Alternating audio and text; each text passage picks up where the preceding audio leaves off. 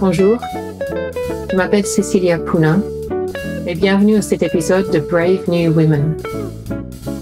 Partout dans le monde, il y a les femmes ordinaires qui font les choses extraordinaires. Ce podcast leur donne une plateforme et une voix. Il nous inspire tous à faire les choses qu'on a toujours voulu faire et il aide à changer l'image des femmes.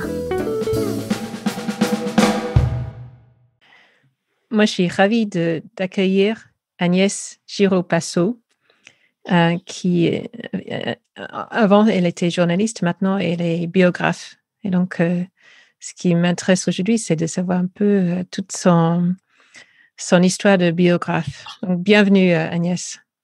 Merci. Alors, ma première question, c'est pourquoi la biographie? Qu'est-ce qui t'a amené à ce chemin-là?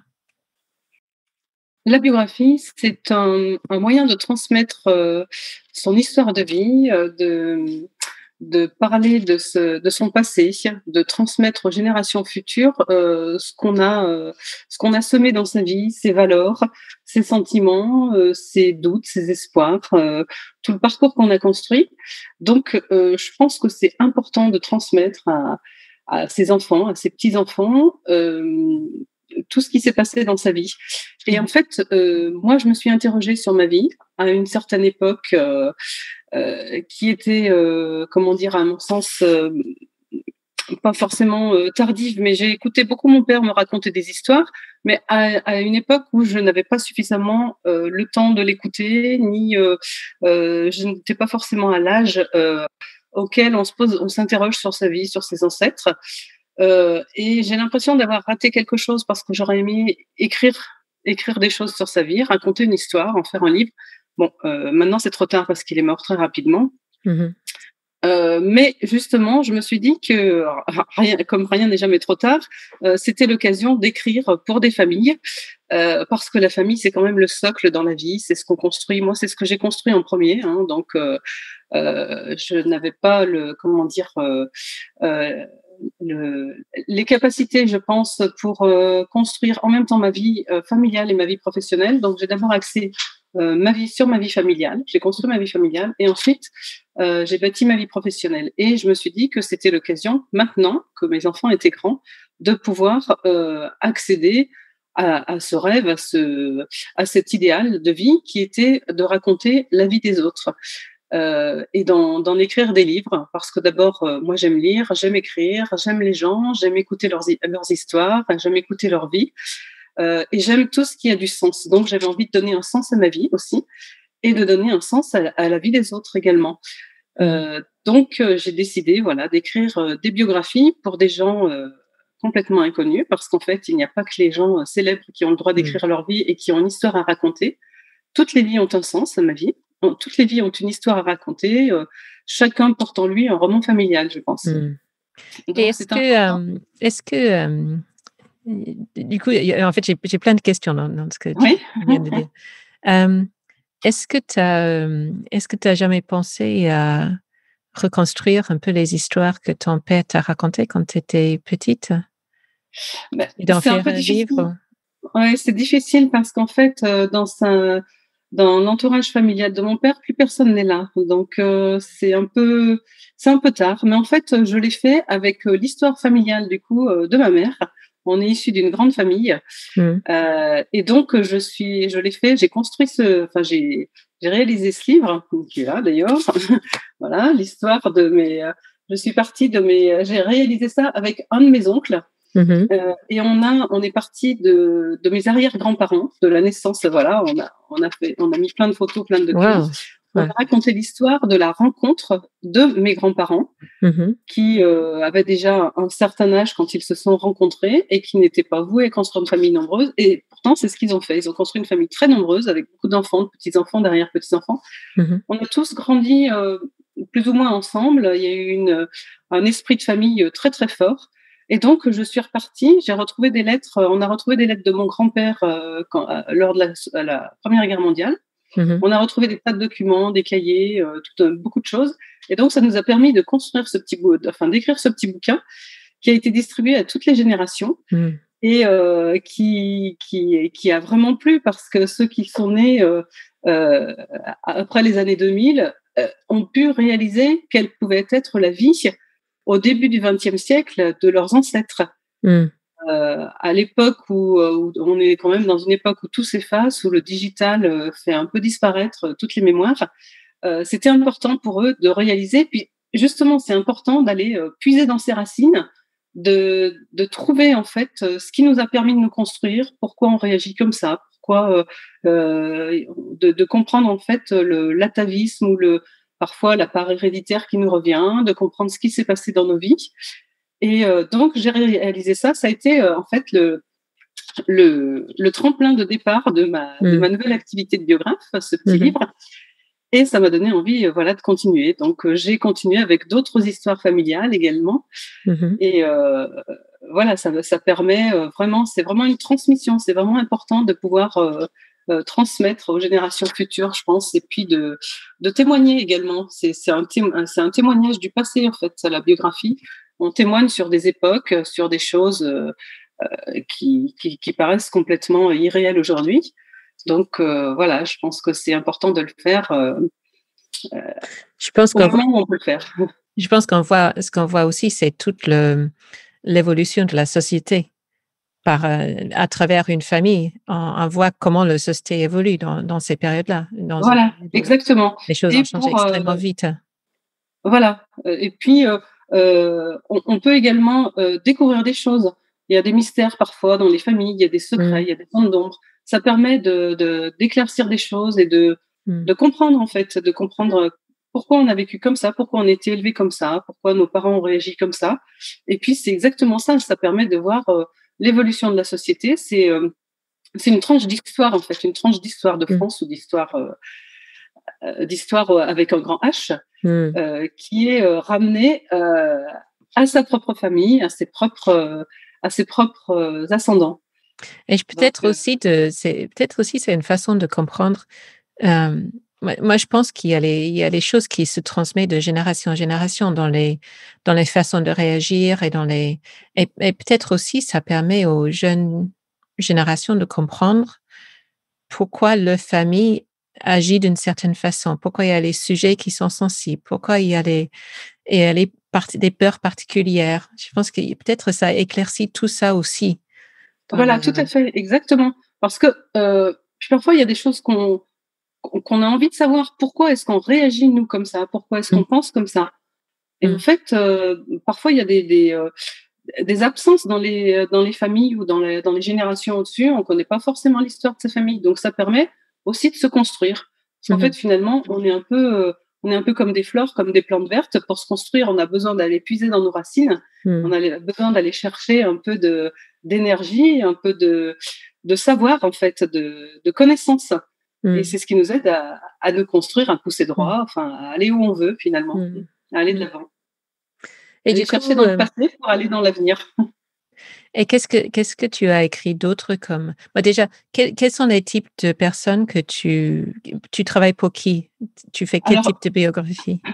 Alors, je travaille pour toutes sortes de personnes, vraiment, horizons très divers. Donc, j'ai commencé avec cette biographie familiale.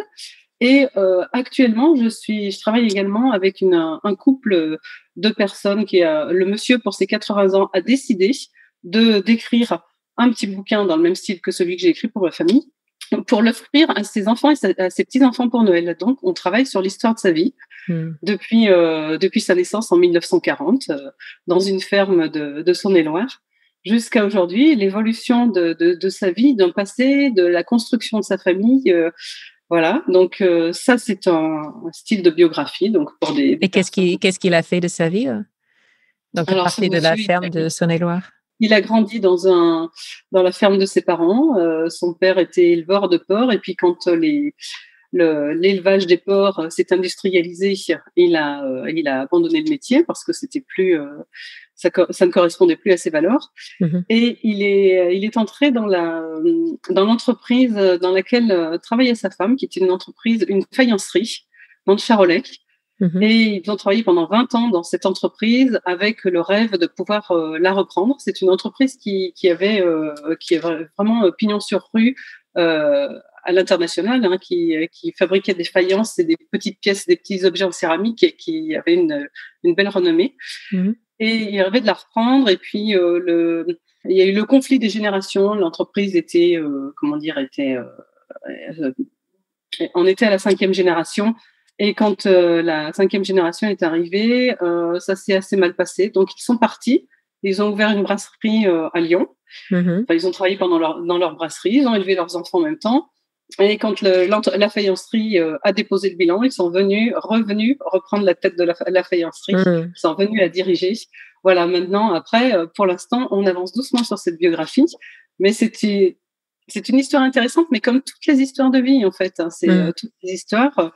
J'ai écrit également la biographie d'une personne qui, elle, alors c'est assez confidentiel, hein, parce que voilà, elle l'a écrite uniquement pour ses filles. Donc, le livre a été tiré à 2 exemplaires. Donc, elle raconte sa vie. Depuis sa naissance. Ça serait le souvenir d'un bébé des années 40. Des années 40. Alors là, voilà, c'est uniquement pour ses filles. Elle raconte sa vie, rien que sa vie à elle, donc de sa naissance jusqu'à aujourd'hui. C'est purement confidentiel. C'est un peu des révélations qu'elle fait à ses filles. Voilà. Et il y a les choses confidentielles là-dedans. Il y a les choses que. Oui, tout à fait. Elle fait des révélations, quoi. C'est vraiment, elle lève des secrets, elle raconte elle fait des confidences à ses filles, quoi. Je trouve ça très beau aussi. Et en 3 exemplaires seulement. C'est vraiment un tout petit tirage. Alors que j'ai fait également une autre biographie familiale, mais alors, donc c'est celle-ci. C'est l'histoire de 4 générations de femmes, enfin pour l'instant 3, issues de l'immigration algérienne, qui vraiment ont défié le destin, en fait, pour avoir accès à leur liberté, pour venir en France et pour réaliser leurs rêves. C'est-à-dire qu'en fait, en partant de la grand-mère qui est née dans les années 30 sans véritable identité, qui est venue d'Algérie. Quand tu dis sans véritable identité? Oui, c'est-à-dire qu'elle ne sait pas du tout quand elle est née. Elle n'a pas de date de naissance. Wow. Donc, issue d'un milieu très, très pauvre, elle a grande misère, très, très grande misère. Avec sa fille qui rêvait de faire des études, mais qui n'a pas pu en faire et qui maintenant, à l'âge de 69 ans, est en fac d'histoire, est en première année de maîtrise d'histoire, de master d'histoire. Et donc, la 3e génération, la petite fille, Maria, que moi j'avais connue lorsque j'étais journaliste, dans ma vie de journaliste, parce que je l'avais interviewée en faisant un portrait d'elle. J'avais fait beaucoup de portraits. Et cette personne a créé son entreprise. Elle est aujourd'hui chef d'entreprise et elle milite pour l'insertion sociale dans les quartiers défavorisés de la région lyonnaise. Donc voilà. Et puis la dernière génération, la petite fille qui pour l'instant n'a que 13 ans. Donc vraiment, c'est une saga familiale. C'est un beau parcours sur une tranche de 60-70 années de vie, quoi. Ça montre en fait l'évolution vraiment d'une famille. Et ça a été également. Alors le livre, il a été tiré en 30 exemplaires. Il a été distribué le jour de la fête des mères. Et ça a été un cadeau absolument. Elles m'ont dit que c'était vraiment le plus beau cadeau, leur plus belle fête des mères. Parce qu'en fait, c'est pareil, il y a également des révélations. La grand-mère qui est née a priori dans les années 30, elle ne parle que l'arabe. Et donc, elle a fait des révélations au cours de l'interview. Quand je l'ai interviewée, elle a raconté des choses qui ont vraiment ému sa petite fille, parce que c'est des choses qu'elle ne savait pas. Parce qu'en fait, moi, quand je fais mes interviews, les entretiens, je vais un petit peu gratter dans les souvenirs. J'essaye de réveiller des souvenirs. J'essaye d'aller gratter dans la mémoire pour que ce soit un peu plus précis. Mais je les laisse bien sûr dire ce qu'elles ont envie de dire aussi. Hein. Je ne force pas non plus la parole. Et voilà. Quels sont les types de tu peux dire des révélations qu'elle a fait? C'est un peu trop. C'est pour la famille. Oui, c'est pour la famille, voilà. C'est pour la famille. C'est pour la famille. Donc, moi, je reste dans la confidence. D'ailleurs, quand je fais une biographie, il y a un contrat de confidentialité. D'accord. Donc, D'accord. Voilà. C'est pour ça. D'ailleurs, il y a une biographie dont que j'évoquerai juste en la citant, mais je ne rentrerai pas dans le détail. Je fais la biographie d'un monsieur qui fait ça en toute confidentialité. Mhm. Pour l'instant, il ne sait pas s'il la fera lire un jour, mais c'est en fait, c'est ses mémoires, c'est son histoire, c'est ses pensées intellectuelles, c'est ses pensées philosophiques. Il a 72 ans et il s'interroge sur sa vie, sur son passé et surtout sur le sens de sa vie aujourd'hui. Donc voilà, c'est purement confidentiel. Donc pour l'instant, je ne sais pas si un jour il le fera lire. Il ne sait pas lui-même s'il la fera lire. Sans doute, moi j'espère, mais voilà. Et puis, et ça peut être également des parcours professionnels. J'ai fait le livre de ce monsieur. Jean-Luc Couturier. Oui, La Reine du Boulanger. Alors, c'est un monsieur qui l'a reçu en cadeau pour ses 70 ans. Ses enfants lui ont offert de faire sa biographie. Ce qui n'est pas comme le grand-père qui, lui, a décidé de l'offrir à ses petits-enfants. Donc, ce monsieur a eu un parcours de vie très, très riche, en fait, aussi bien d'un point de vue familial, avec une famille au sens large assez tumultueuse. C'est un monsieur qui habite en Provence, dans le sud de la France, là, et qui m'a raconté ça à la façon Pagnol. Donc, c'était plein, chargé d'humour et puis plein de détails et d'anecdotes. C'était vraiment très, très intéressant. On a vraiment fait un beau bouquin. Et c'est également sur son parcours professionnel. À 16 ans, il est rentré dans la boulangerie familiale. C'était une boulangerie industrielle qui réalisait des pains essentiellement pour l'armée. Et puis, il a développé l'entreprise parce que c'est quelqu'un qui avait vraiment une volonté, une audace absolument incroyable. Donc, il a développé l'entreprise. Il en a fait la première boulangerie industrielle de France. Il a exporté son process dans le monde entier. Et puis, arrivé à la retraite, ses enfants ne se sont pas entendus pour reprendre le flambeau. Donc, il a vendu l'entreprise. Et puis, quand il s'est retrouvé à la retraite, comme il avait énormément travaillé toute sa vie, alors avec beaucoup de péripéties, il y a beaucoup de détails dans le livre, dans l'histoire. Et quand il est arrivé à la retraite, il s'est dit qu'il pouvait pas rester à rien faire. Donc, comme c'était un passionné de corrida et de taureaux, il a investi dans les taureaux. Donc, il a investi dans l'élevage des taureaux. Donc, il a ramené d'Espagne la première fois 180 taureaux. Donc, il a délocalisé une partie du patrimoine espagnol, d'accord. D'ailleurs, ça a fait vraiment parler beaucoup de monde dans le monde de la corrida. Et il élève des taureaux qu'il propose pour les corridas, pour les grandes corridas françaises ou étrangères. Voilà, c'est un passionné en fait. C'est un passionné avec énormément de passion pour la nature également, pour le cheval. Enfin, c'est une histoire très riche. Voilà. Et tu parlais des péripéties de sa vie professionnelle aussi. Tu peux nous donner quelques exemples dans ta vie Alors, dans sa vie de boulanger industriel, alors il a de nombreuses fois au départ, il est parti dans l'entreprise qu'il a développée, qu'ensuite il a vendu, qu'il a racheté plusieurs fois, qu'il a revendu. Enfin, ça a été vraiment beaucoup d'aventures. Et puis voilà, c'est un monsieur qui n'avait pas fait d'études au départ, puisqu'il a travaillé tout de suite dans le monde de la boulangerie. Donc avec certaines lacunes, certaines anecdotes quand il s'est retrouvé face aux grands financiers avec lesquels il fallait discuter, mais devant lesquels il s'est pas pour autant démonté. Il a assuré et il s'est débrouillé, quoi. Ça a été un parcours de vie assez unique. Donc en fait, voilà, tout ça, il y a une diversité absolument incroyable des gens que je peux rencontrer. C'est ce qui fait toute la richesse de ce métier, parce que là, je suis actuellement en train d'écrire la vie. C'est le témoignage d'une maman qui raconte son parcours de maman avec un enfant qui est né très très grande prématurée et qui a actuellement 7 ans et qui est autiste. Et elle raconte le combat qu'une mère doit mener pour faire entrer son enfant dans la société, pour simplement que son enfant ait le droit d'exister. Ça commence par toutes les opérations, tous les problèmes qu'il peut avoir et tout ce qu'elle peut faire elle se bat en fait pour qu'il vive. C'est un petit garçon qui, dès le départ, a eu énormément de problèmes, qui a subi un nombre d'opérations incalculables. avec des chocs septiques, des comas profonds. Et elle a toujours cru en lui. Donc, elle se bat pour qu'il continue d'avancer dans la vie, parce que c'est un petit garçon qui est...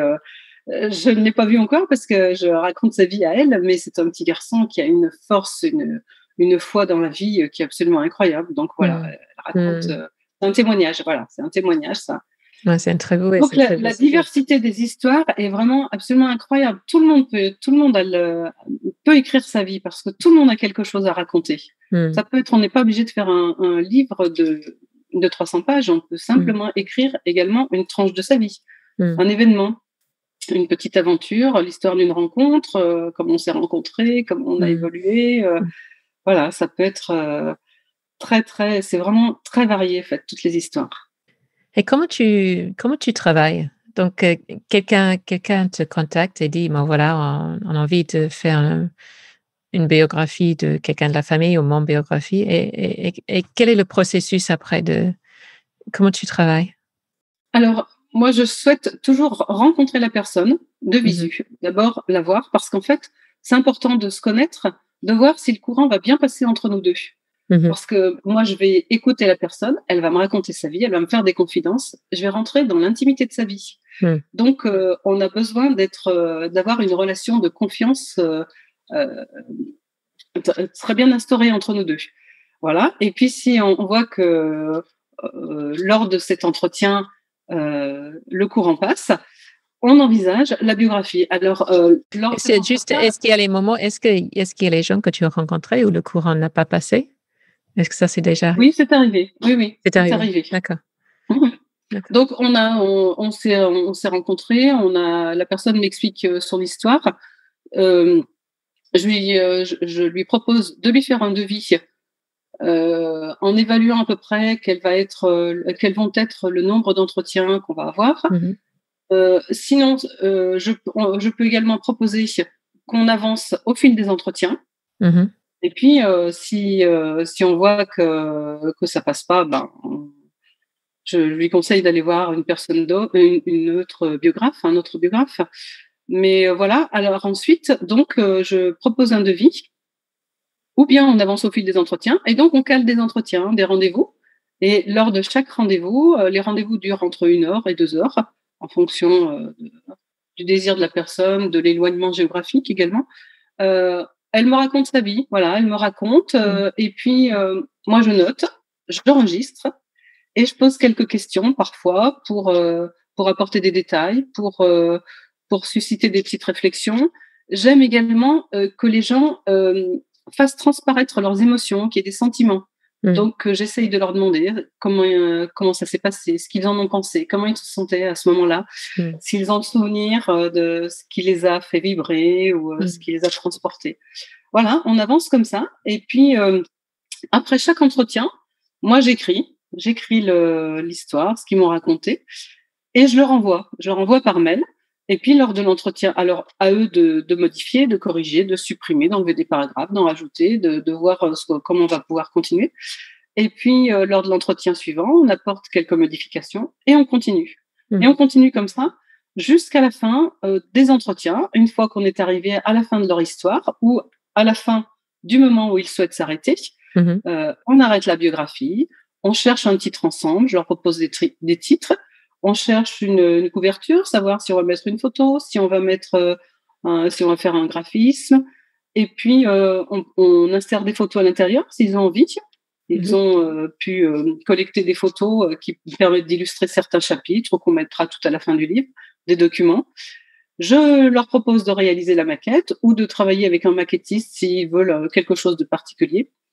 Et ensuite, on imprime le livre au nombre d'exemplaires qu'ils souhaitent. Alors, ça peut être 3, comme 600. Là, ce monsieur qui l'a fait pour ce boulanger, il l'a fait en 600 exemplaires.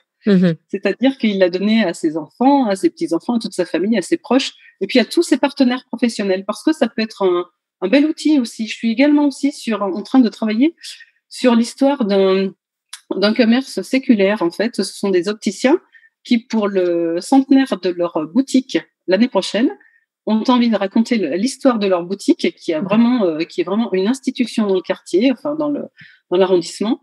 et ils ont envie de distribuer le livre à tous leurs clients, leurs plus fidèles clients. C'est génial. Donc voilà, il faut aussi raconter l'histoire parce que ce magasin d'optique, il restera plus dans la famille. Donc c'est important pour eux de savoir qu'il reste des traces, qu'on connaisse en fait l'histoire de leur commerce. Voilà. Et quand les gens racontent leur histoire, est-ce qu'ils parlent beaucoup et toi tu interviens un peu, ou est-ce que tu mènes beaucoup la direction, ou est-ce que parfois ils oublient un peu que tu es là, ils sont un peu perdus dans les souvenirs? Comment est-ce qu'ils réagissent quand ils racontent leur histoire? Moi, je les laisse parler. Avant tout, c'est leur histoire, donc je les laisse parler. L'écoute est très importante. C'est eux qui me parlent et moi qui les écoute. Et puis, si je vois qu'il y a des moments de blanc, alors à ce moment-là, j'interviens, je rebondis, j'essaye de leur poser quelques questions, mais c'est vraiment leur histoire. Donc moi, je les laisse entièrement libres de ce qu'ils ont envie de dire. C'est vraiment eux qui mènent l'histoire, eux qui mènent leur livre. Bien sûr, je les guide. Je suis là pour les guider, pour les faire avancer, pour voir dans quel sens ils veulent aller aussi, pour voir ce qu'ils ont envie de dire. Et puis, je pose quelques questions, voilà, pour raviver un peu la mémoire, parce que parfois, les souvenirs sont un peu enfouis ou bien se mélangent. Donc, je suis là également pour cadrer, pour dire, voilà, ce sujet, peut-être qu'on y reviendra plus tard, on en reparlera plus tard, mais on va continuer d'avancer dans ce sens. Voilà, mais avant tout, il faut les laisser parler parce que c'est leur histoire à eux. Puis en fait, au fur et à mesure de l'histoire, quand ils parlent, les souvenirs, ils reviennent petit à petit. On est tous pareils finalement. Quand on raconte quelque chose, ça vient au fur et à mesure en fait. Ça avance doucement, mais ça avance. Voilà. Et parfois, est-ce que c'est douloureux, ou est-ce que les gens sont émus par les souvenirs? Est-ce qu'il y a beaucoup d'émotions quand ils racontent? Oui, tout à fait. Oui. Certaines personnes pleurent en racontant. C'est assez émouvant parce que ça réveille des choses qui sont enfouies et ça réveille des souvenirs qui sont... c'est de la nostalgie parfois. Et puis parfois, ils sont amenés à dire des choses qu'ils n'avaient peut-être pas prévu de dire. Alors, parfois, ils vont me dire ah oui, mais ça, vous ne le notez pas, on ne va pas l'écrire. Ah, alors je vais poser la question, mais pourquoi vous ne voulez pas le dire? Peut-être que vos enfants, vos petits-enfants, ça les intéresserait. On peut le tourner d'une façon, d'une manière que ce soit judicieux dans le livre, en fait. Ça prête pas, ça ne met personne en porte-à-faux. Voilà, que ça... Donc, oui, bien sûr, il y a beaucoup d'émotions. Il y a beaucoup d'émotions sur le passé. Et puis en même temps, beaucoup de bonheur à raconter parce que parce qu'il y a de l'écoute. Parce qu'en fait, les grands-parents, quand ils racontent des histoires parfois à leurs petits-enfants, les petits-enfants peuvent écouter d'une oreille. Alors là, ils sentent qu'en fait, il y a une oreille très, très attentive qui les écoute. Et ça va être écrit. Donc, ils peuvent être attentifs aussi à ce qu'ils disent, et puis ils se laissent embarquer dans leurs souvenirs. Donc, il y a beaucoup d'émotions, de joie, parfois d'une certaine amertume. Il peut y avoir de l'amertume, il y a beaucoup de mélancolie, et en même temps, c'est vivant, quoi. Voilà. Et dans ta façon d'écrire, est-ce qu'en fait tu écris dans ton style à toi, ou est-ce que tu essaies d'écrire dans le style de la personne, ou est-ce que ça varie beaucoup d'un livre à un autre? Comment tu abordes cette question-là? Alors déjà, forcément, j'ai mon style à moi, donc je leur propose de rédiger dans mon style à moi, ou bien d'écrire dans le style qui leur convient, dans leur propre écriture. Mais c'est avant tout un livre, donc moi j'estime qu'il faut quand même qu'il y ait une certaine tenue, une certaine écriture, voilà. C'est pas de la grande littérature non plus, hein. J'écris pas, c'est pas du Baudelaire, mais c'est pas le but non plus. Et puis il faut que ce soit une écriture actuelle qui corresponde à la personne. Alors j'écris dans mon style personnel, et en même temps je m'adapte au style de la personne qui parle. Donc je vais mettre du dialogue. j'essaye de mettre du dialogue avec les mots de la personne qui fait sa biographie. Donc, et surtout, il faut qu'il y ait une fluidité dans le style. Il faut qu'il y ait dans l'écriture, il faut que ce soit fluide et il faut que ce soit vraiment lisible par toutes les générations et par tout le monde. Parce que aussi bien par les petits-enfants, les arrière-petits-enfants, que par les clients de l'entreprise, il faut vraiment que tout le monde puisse s'intéresser à la lecture. Donc, il faut vraiment que ce soit une lecture vivante et puis facile à lire. Donc voilà, c'est mon style, mais c'est un style qui est assez populaire, je vais dire. Voilà, j'ai écrit beaucoup de portraits parce que dans mon activité de journaliste, j'ai eu l'habitude de transmettre l'information. Donc voilà, je pense pouvoir transmettre des informations sur la vie de quelqu'un de manière tout à fait universelle. Voilà. Et quand tu dis que tu écrivais des portraits quand tu étais journaliste, c'était quoi comme portrait? Alors, j'ai écrit des portraits de personnes issues d'horizons complètement différents. Je travaillais dans un journal où chaque semaine, on faisait le portrait d'actualité. Donc, une personne qui faisait l'actualité sur Lyon, puisque j'habite à Lyon. Mais j'ai écrit également beaucoup de portraits de chefs d'entreprise. Et notamment, on faisait un supplément qui sortait chaque année qui s'appelait Femmes décideurs, où on écrivait des portraits de femmes chefs d'entreprise. Alors là, j'en ai fait beaucoup et je me suis vraiment régalée à découvrir la vie de ces personnes, des parcours absolument incroyables de chefs d'entreprise, de femmes chefs d'entreprise qui ont vraiment un certain mérite parce que c'est jamais facile d'être une femme et d'être une chef d'entreprise. Ah, c'est marrant parce que justement, ça rejoint ce que je fais dans le podcast. C'est que moi, je suis comme toi. C'est fabuleux de découvrir toutes ces femmes et tout ce qu'elles font, et souvent avec une générosité incroyable. Oui, puis avec un courage et puis de l'audace. Oui. Parce qu'il faut souvent, quand même, il faut s'affirmer au départ. La femme n'a pas la même crédibilité qu'un homme. Toujours à l'heure actuelle, moi, je pense. Donc, il faut toujours qu'elle fasse ses preuves et puis qu'elle fasse preuve d'un courage et d'une pugnacité vraiment incroyable, quoi, pour réussir. Et elles réussissent très bien. Elles ont des beaux parcours. Ouais. Et ça prend combien de temps pour faire une biographie? C'est pareil, c'est quelque chose de très variable. On peut réaliser une biographie. Là, celle que je vais faire pour le grand-père qui veut la distribuer pour Noël à ses petits-enfants, en 3 mois, on va boucler ça. Donc, on fait des entretiens tous les 15 jours. Donc, je pense qu'en 3 mois, on va le boucler. Mais j'en ai une autre sur laquelle je suis depuis plus d'1 an. D'accord. Parce que la personne, d'abord, je la vois 1 fois par mois. Elle ne souhaite pas qu'on fasse ça plus souvent parce que je pense que ça la perturbe quelque part de raconter son histoire, de raconter sa vie. D'autant plus que plus ça va, plus on avance dans son intimité. Au départ, c'était un peu une carapace, hein, donc il me parlait essentiellement de ce qui se passait dans son environnement et de ce qu'il pensait de la vie. Et puis petit à petit, j'essaye d'arriver dans son intimité, dans son parcours de vie un peu plus personnel. Donc, c'est un peu déroutant aussi. Donc, en fait, oui, la durée d'une biographie, une biographie, elle peut se faire en 3 mois, comme elle peut s'étaler sur 3 ans. Tout dépend combien de temps on veut la faire durer. C'est très variable. Et puis, c'est également, ça dépend également de la densité, des choses qu'on a envie de transmettre. Voilà. Et qu'est-ce que ça t'apporte de faire des biographies? Je pense que ça donne beaucoup de sens à ma vie. C'est important à l'heure actuelle de s'intéresser à l'humain, à la personne humaine, et puis surtout de voir que chacun a quelque chose à raconter, que tout le monde, moi je pense que tout le monde devrait écrire sa biographie, tout le monde devrait écrire sa vie.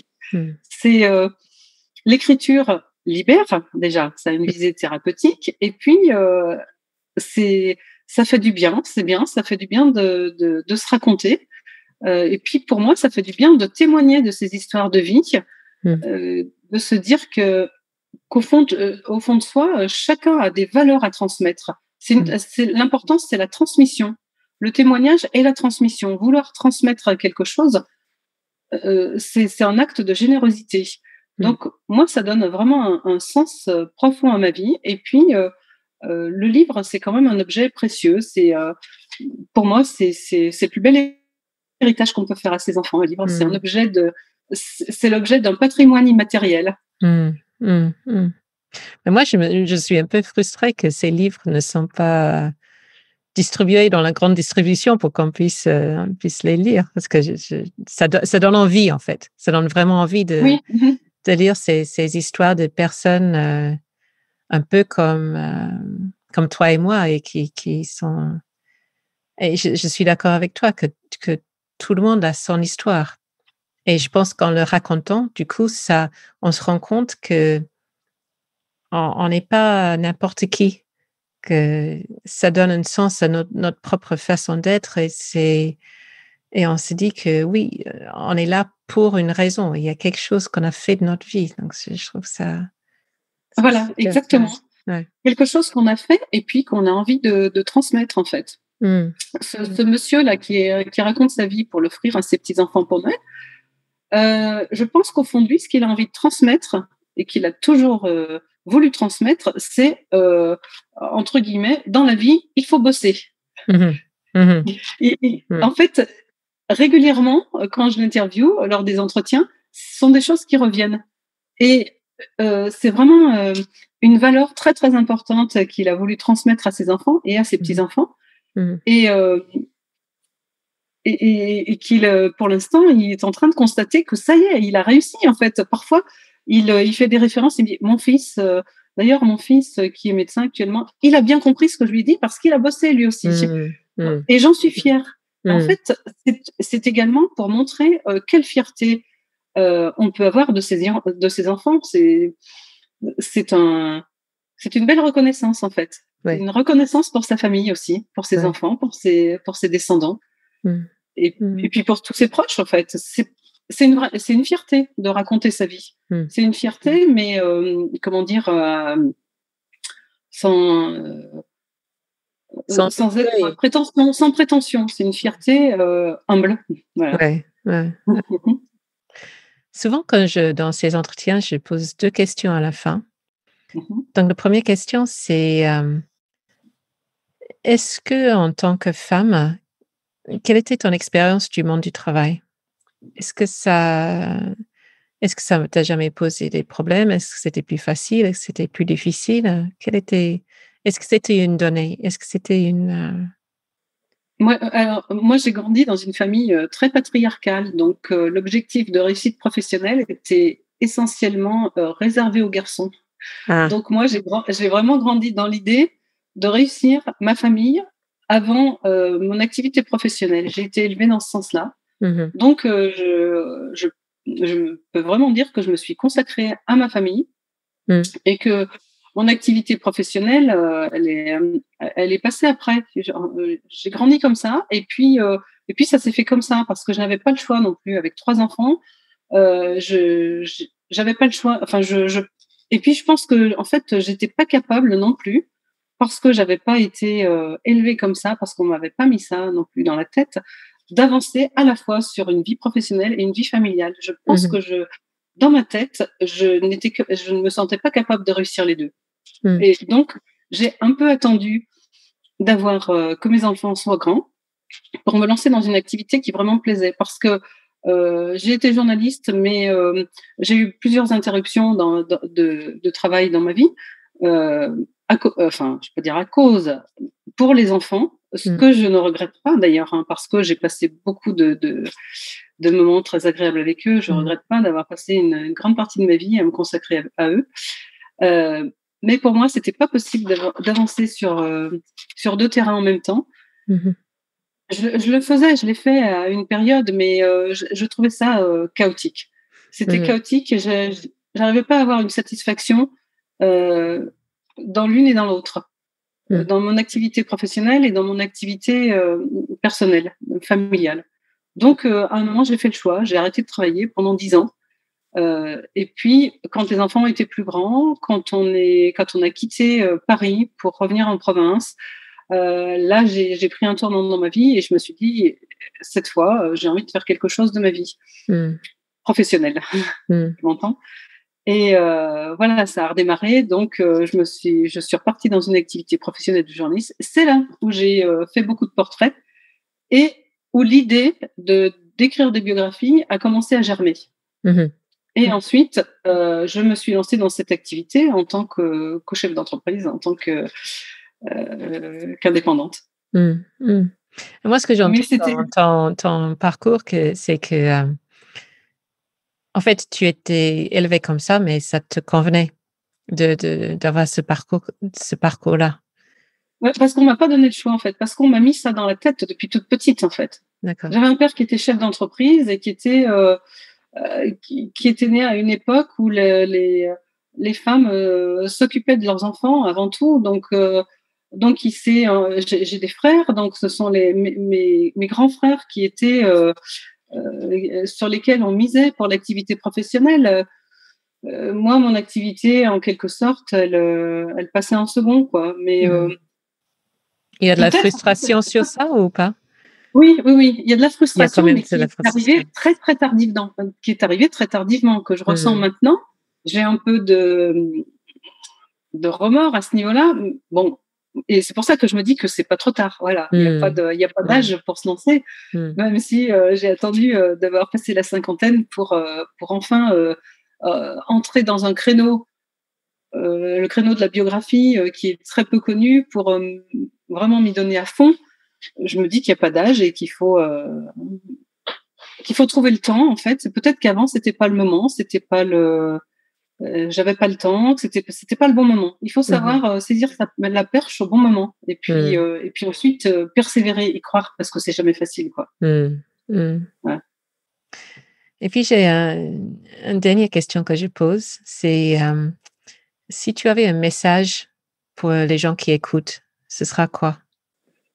Racontez votre vie, écrivez votre biographie. Super. Toutes les vies sont intéressantes. Il faut pas dire que dans ma vie, il y a rien à raconter. Bien sûr que si. Toutes les vies sont intéressantes sous toutes les formes. Et puis oser surtout. Oser et aller chercher l'impossible. Rien n'est impossible. C'est ça que tu vois dans les histoires que tu écris, en fait. Exactement.